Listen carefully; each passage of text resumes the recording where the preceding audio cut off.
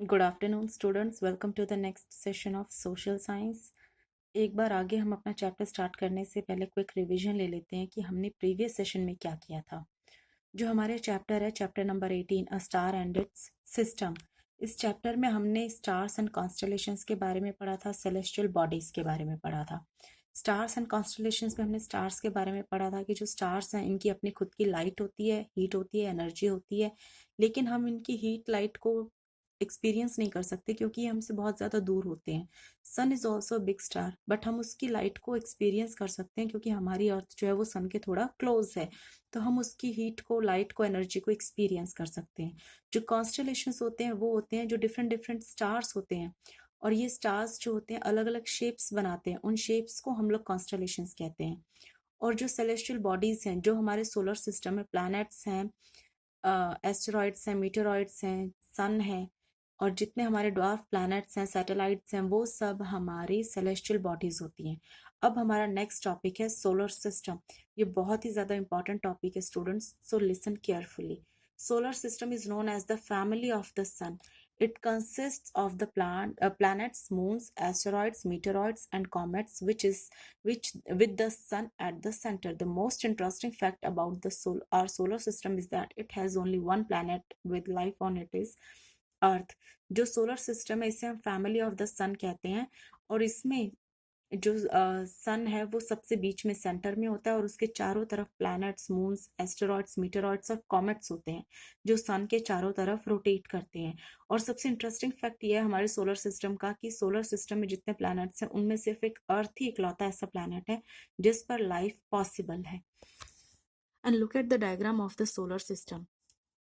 सन जो सबसे सेंटर में है, और इसके चारों तरफ ये 8 प्लैनेट्स हैं जो रोटेट करते हैं।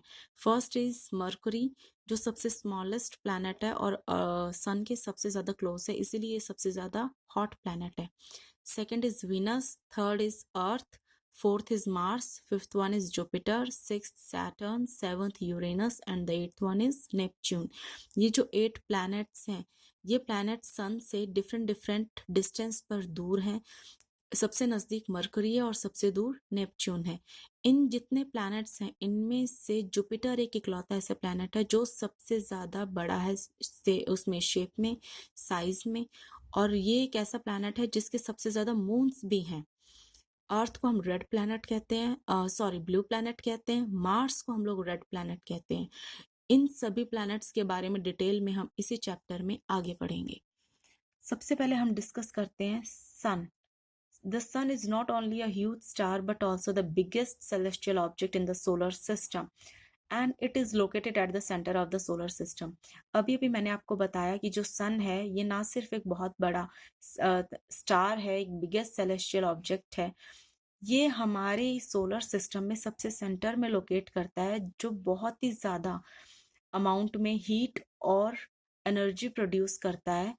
और जितने भी हमारे सोलर सिस्टम में प्लैनेट्स हैं उन सभी का जो लाइट और एनर्जी का सोर्स है वो सिर्फ सन ही है। It is the source of heat and light in the solar system. और जो सन है इसके पास सबसे ज्यादा हाईएस्ट ग्रेविटेशनल फोर्स भी है, जो हमारे जितने भी प्लैनेट्स हैं इन सभी प्लैनेट्स को अपने ही फिक्स्ड पाथ पर रोटेट करने में हेल्प करती है।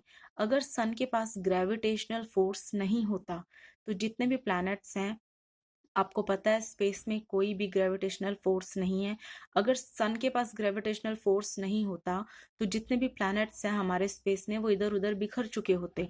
वो अगर अपने एक फिक्स्ड पाथ पर इधर से उधर रोटेट कर पा रहे हैं तो सिर्फ सन के ग्रेविटेशनल फोर्स की वजह से।